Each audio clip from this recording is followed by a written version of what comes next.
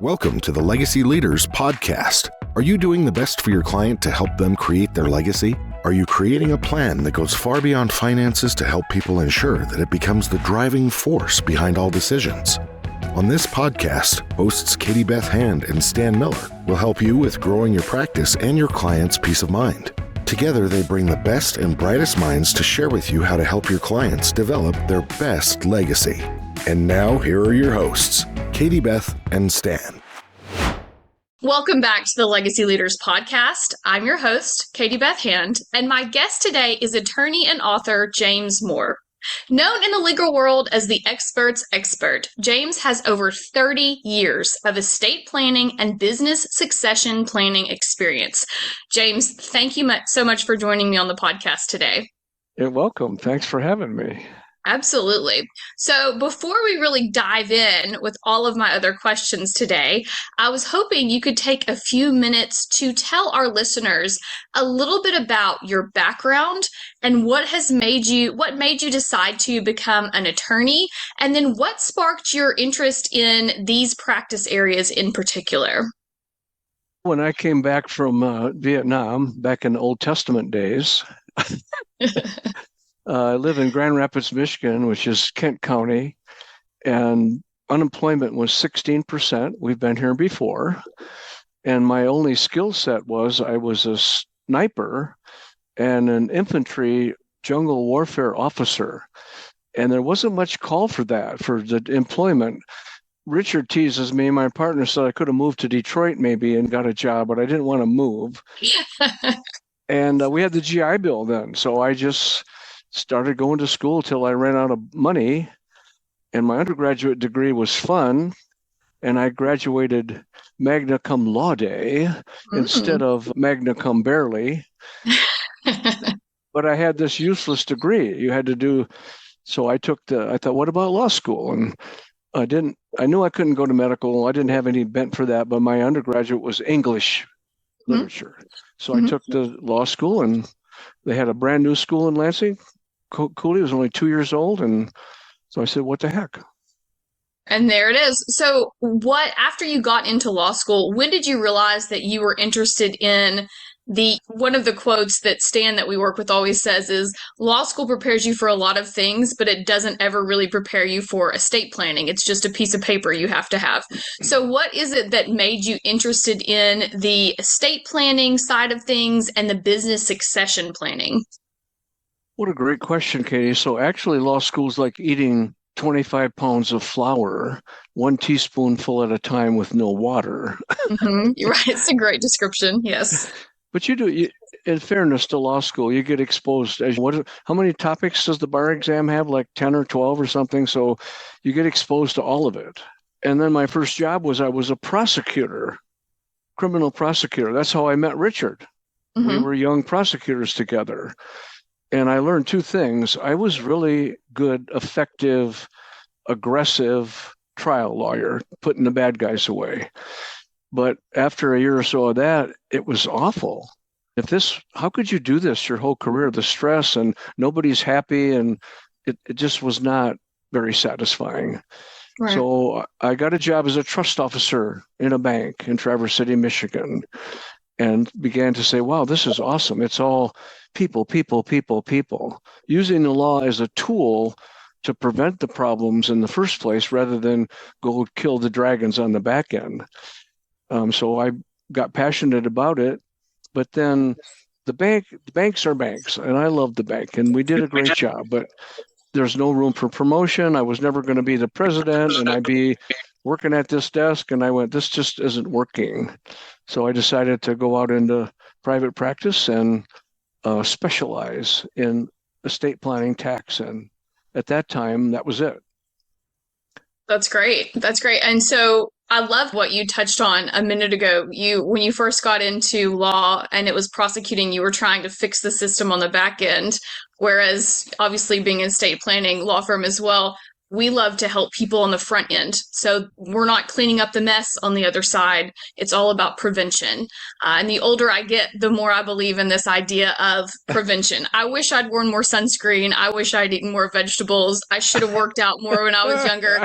And it's the same idea in the law world. One of the things I love about estate planning that I heard you mimic and you echo is you like to be able to help people do things well on the front instead of having to come through and clean things up when they don't go well.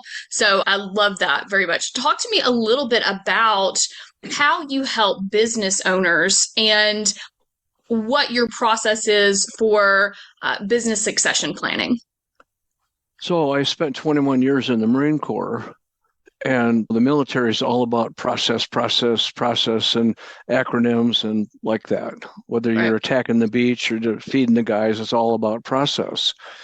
And I'll leave one of the letters out from the Marine Corps, but it was the 7 P's, which I'll tell you are 6 P's, which was proper prior planning prevents poor performance. And then you can apply that anywhere, like you said, diet, exercise, whatever. So as you have experienced professionally, a lot of my clients either owned businesses or, they worked at a business. Right. And they'd say, what about my business? Oh, I don't know. We'll stick it in your plan and something will happen to it. And then I began to be curious about it. So like my organization that we belong to, our national organization, I said, I can't be the only person that thought of this. So I looked around the nation and found 2 of the Business Enterprise Institute in Denver, and then the Exit Planning Institute, now owned by the Snyders here in Ohio. And I thought, you know what, I'm just going to jump into this. So did both of their certification programs and then began to actually reach out to educate business owners on the fact that it's not a light switch you turn off at the end and I'm out of here. It's just good business planning. And it fits into what we do with its asset protection. Or there may be 50 ways to leave your lover, but there's only 4 things you can do with your business. Well, what's the best way, Katie? I don't know. That's all counseling. It's not me telling you. It's all coaching and mentorship. And that's my gift. The gift I have is taking something very complicated and useful and drilling it down to simple concepts that make sense that you can apply for the outcome that you want. It's perfect for a business owner. So it just was the 2 oars we row, or families and business owners. It was just perfect fit. Right. Well, and it's in the estate planning world and in the business planning world, what we see over and over is that there's not a one size fits all solution. So a lot of the products that you find online and the create a will online and some of those things, it's a tool, but it's not actually, at the end of the day, it's about outcomes. And you even have a lot of information on that on your website where you talk about it really comes down to there are a lot of options, but what actually works. There's a great quote that I found on your website that said, if it doesn't work for the client, it doesn't work, period. And a lot of times the clients that we see, they come in a mess because they've tried to do their own planning. And then when tested, the plan did not work the way they thought it would. So instead of doing things well on the front end, we're having to help clients clean things up on the back end. And it's hard in estate planning, but I think also, especially in business succession planning, that's not something you can really wait for. A lot of those tools, they don't work if you wait until you're ready to retire. And then you're realizing there's a lot that you should have done. What are some of if anybody is listening and they own a business, what are some of the common mistakes that you see and some of your suggestions for how to deal with those for business owners? The biggest one is just not thinking about it as it's just good business planning. When you get at the end, it isn't, most of the stuff I see out there commercially is when you get ready to sell. What if you don't want to sell? What if you want to die at your desk? What if you want to get carried out on your shield with a Viking funeral? What do you want to do with it? So it's just 3 basic questions. How much longer, Katie, in years do you want to do what you're doing? 1, 15, 20, 100, whatever. How much after-tax money do you need so you don't have to worry about it? And the third one is, what do you want to do with this thing? They're thinking about it on the way to work every day. What am I going to do with it? I got to go stamp on the flaming ducks today. I'll worry about that later. Right. Well, all of a sudden later shows up, and the mistake most folks think is not thinking about it soon enough, and then ignoring what we affectionately call the 5 Ds: death, disability, divorce, disagreement, dissension, and disenfranchisement. And there's another one called diselaboratio manima, which in Latin means being thrown off the top of a tall building. That's a good one too. It's the no plan. Richard drills down. We get in a conversation, we do a workshop, someone comes in, we have a business, we're having coffee, whatever. What are you going to do with your business? I'll think about that later. May I ask you one question, Ralph? Sure, Richard. If you had died yesterday, what would be going on around here? Oh my God, they don't know where the keys are. They don't know how to do it. Oh my gosh. So if the plane goes down, pal, well, what's the odds of that? So as you know from estate planning, the odds of some of this hassles and messes happening aren't monumental, but the impact is huge. Absolutely. So that's our mission. Peace of mind, not a piece of paper. It's not paper. We're not even in the document business. We're in the coaching and counseling business. That's the myth in the marketplace, that you're just going to give me your documents are different than mine. And what kind of documents do you guys? I don't got no documents. I got me. Right. I love that. And that's the way that it should be, because it really is. It's not a set of documents you fill out. I think that's the way a lot of people look at estate planning in particular. And then the problem is, when you look at it that way, there's 2 problems. Number 1, that doesn't work well. And then number 2, people, once they feel like they've checked the box on the documents, they put it on a shelf and don't look at it for 15, 20, 25 years.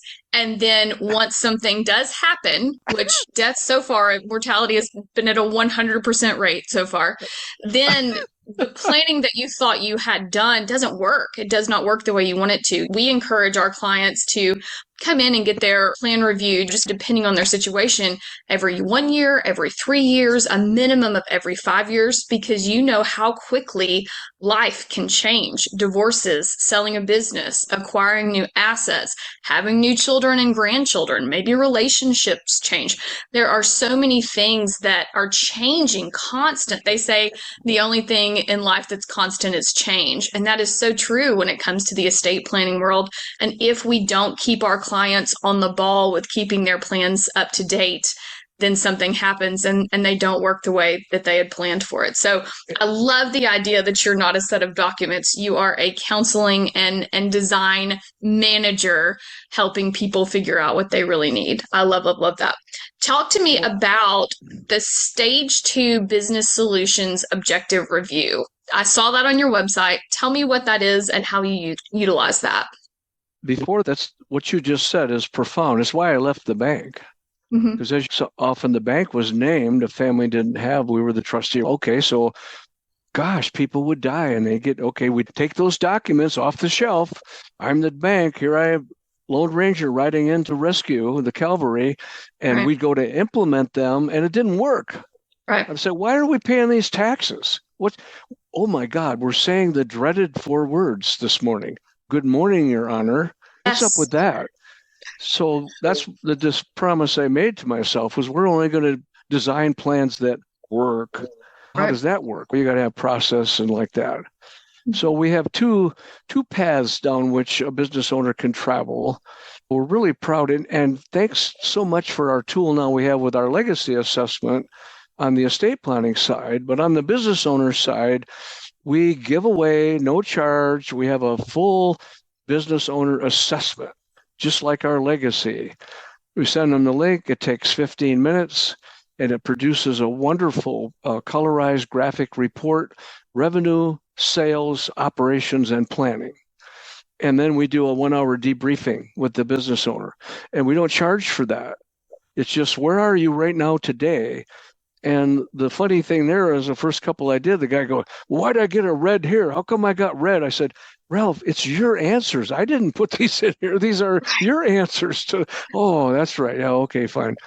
And then beyond that, it depends on how big are they. Are they like a micro Main Street Dairy Queen business with 2 employees and 300,000 or so of gross revenue? That's more the stage 2 program, which is for those smaller micro businesses.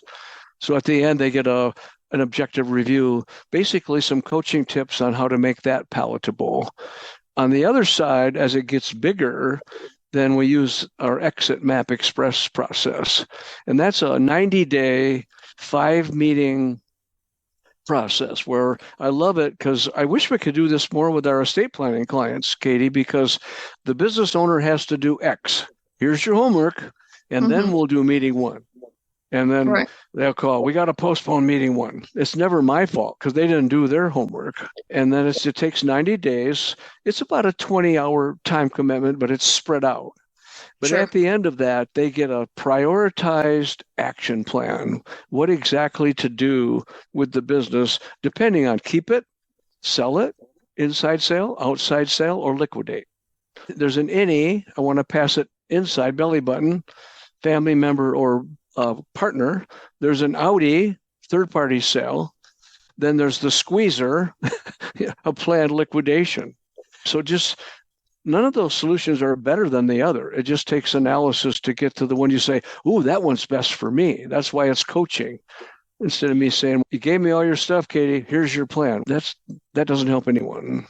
Absolutely. And the longer we're in the business, the more we really try to help our clients understand how it's not a set of documents. It's not a one size fits all. It's not a here's the best possible solution. There's a best possible solution for you, and everyone's is different. And even if they're all coming in to create a trust, those are all going to look different to some degree. So it's a very personalized process. And I don't think the world in general has done a good job of helping people understand that. So I feel like part of our job is actually creating the documents, and part of our job is a counseling and a teacher to help people explain what we're doing and why we're doing that. So certainly something I see in your business as well. We do that on the back end as well. We have a couple of workshops we teach for the families. We weren't getting very good attendance, even though the feedback was great. And I said, how come? And our assistant, Kim, says, Jamie, you're calling it Trustee Training Boot Camp. And it's on a Saturday morning. Who the heck is going to come to that? She said, you're teaching us what to do. So now it's our what to do workshop. Yeah, you know what, the name does change everything. Any sort of boot camp on a Saturday morning, I'm thinking it gives you military vibes. Of course, that's your background. It makes me think I'm doing jumping jacks in a field somewhere, James. Amen. You mentioned the legacy assessment earlier. So you're a member of the Legacy Leaders Network. Talk to me about why legacy planning is important to the work that you do. It's the biggest overlooked piece. As we know, sometimes clients will come in and go, I don't want to leave this stuff to kids. I love them, but they're the younger generation. They're irresponsible and they're not going to appreciate it. And we get that whole wambulance story, like the kid's little toy. You just pull the thing and it says, giraffe makes this noise, and it's canned speech. And I tell them that my research and reading has said that the number one reason that wealth gets squandered or wasted or abused or not appreciated is not, it could be an occasion irresponsibility or lack of maturity. The number one reason, though, is lack of communication. There's no communication. That we don't talk about this stuff. Dr. Thomas Deans, a family law business guy, his book, Willing Wisdom, we give that out to everybody. And at the end, you have the question. Now we have the legacy assessment on the front end. We have, when we deliver the plan, you're going to have a family huddle. It's part of your homework. And you got to let me know how it went. And in the middle is the counseling. And then do you get a chuckle when we tell them we're not in the document business, and then they get enough dead trees to choke a horse, right? They get two binders this thick full of documents. Yeah. Yes. Yeah.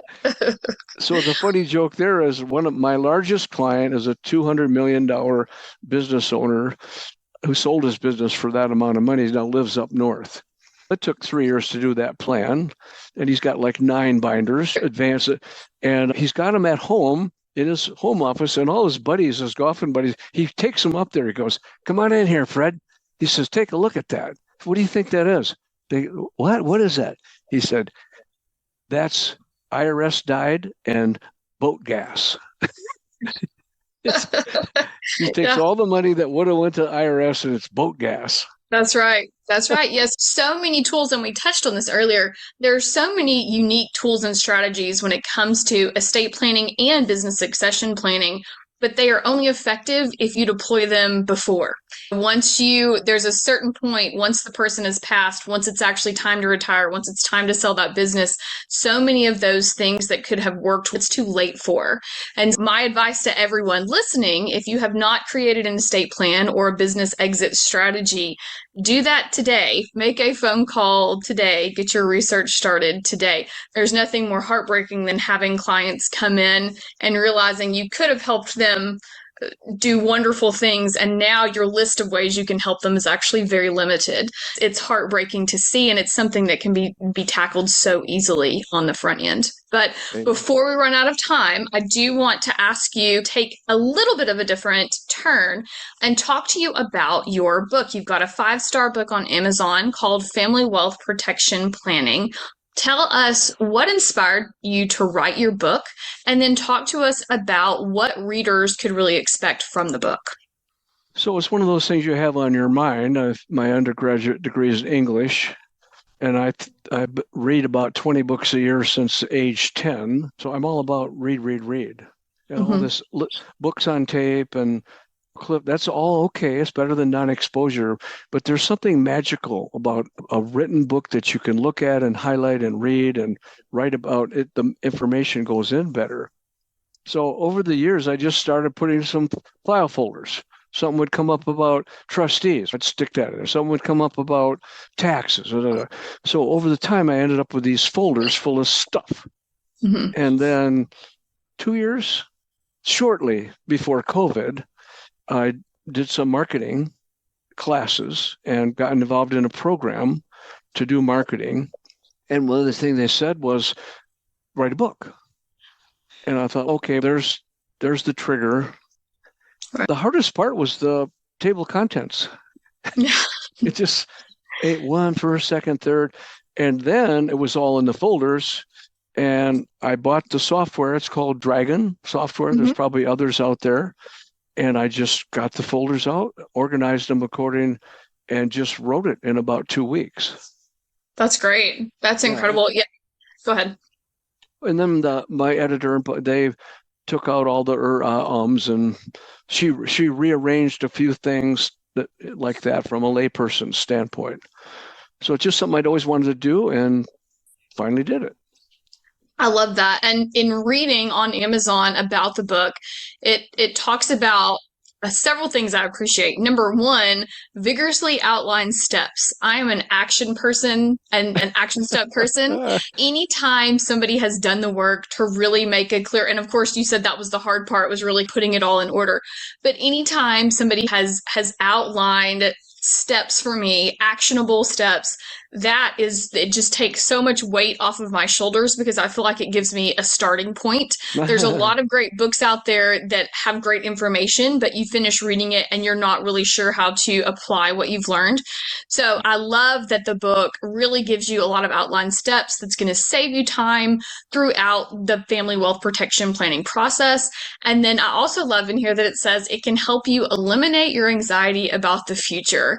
As estate planners and business succession planners, that's the goal at the end of the day. We want our clients to leave with a plan that they are confident in, that is going to... Have you ever been at a signing meeting at the end as we're wrapping up and they sign those documents and you can just see the relief of, God forbid something happens, we're ready. We're finally prepared. One of my favorite quotes from our pastor is, it's better to have a plan and no crisis than a crisis and no plan. We try to be that way with estate planning and make sure that our clients leave with less anxiety. I love that about the book. That's one of the goals. Secondly, I've written a book for business owners, how to sell your business to whom you want, when you want, for the money you want, and survive the process. That's a great book title. That's not posted on Amazon yet, but anybody that wants to go to our website, there's those reports on there. There's some Cliff Notes reports. So there's a tool on there, the exit planning button, and there's reports on there for farmers, and it's the Cliff Notes version of all this stuff. And It's all downloadable. It's all no charge. And I'm happy to chat with anyone. I don't care what state you're in. I can get you to a referral partner. Or my Bible says, cast your bread on the water. So we just give away our information. Give it away, give it away, give it away. And some of it floats back and some of it doesn't. Yes, and I do love that. So for all of our listeners, you can actually visit the Moore and Kerbaway website, and we will link that for you on the show notes as well. But there are actually a lot of free giveaways that James and his partner have that you can go on and download. There is a 15-minute readable downloadable PDF, a longer reading plan where you can request a free copy of the book. And then if, as James mentioned, maybe you prefer to listen to things, there's also a free webinar that you can hop on and watch a video and get the information that way. So I appreciate that your website checks all of those boxes depending on what people are looking for. Yeah, the webinar's got some really bad jokes in it, though. So you got to dig. The useful information is in there. Believe that, James. I've never heard you do a bad joke. All your jokes are great. So how did Batman leave the church? How? He did a Christian Bale. See? That's excellent. 10 out of 10. Before we sign off here in a minute, is there anything else you'd like our listeners to know about? I would just say live and enjoy your life now. Yesterday's a promissory note, a canceled note. Tomorrow is a promissory note. All you have is today, the present. That's why it's a present. That's why it's called the present. Right. And we get too much embedded in, I woulda, coulda, shoulda. And then, oh my gosh, what about tomorrow? No, that's okay to think about that. But you got to suck the sunshine out of every day, especially me as a combat veteran. And a lot of my colleagues are gone. There's only 200 left out of 600 people in my basic class. I get to talk to you today. A nice hot cup of coffee, no snow. It's a awesome day. Absolutely. That is great life wisdom. I would say, to summarize that for our listeners, James's go-to advice is plan for tomorrow, but live for today. And I agree with that 100%. 100%. Thank you to all of our listeners for joining us. We are so excited that you joined us today for the show, and we are thankful that you got to listen to some great jokes from James today. Always an extra bonus for our podcast listeners. For more information on James and the work that he does, or to download any of those free downloadables or watch the webinar we talked about, you can visit mooreandkerbaway.com. We will link that in the show notes for you. And don't forget, you can also find James's book on Amazon. It is Family Wealth Protection Planning by James Moore. James, thank you again so much for joining us on the show. You're welcome. You've been listening to the Legacy Leaders Podcast with Katie Beth Hand and Stan Miller. For more information on them and the show, please visit pinnaclelegacylaw.com. If you like what you've learned today, do share the program with your friends and subscribe wherever podcasts are found.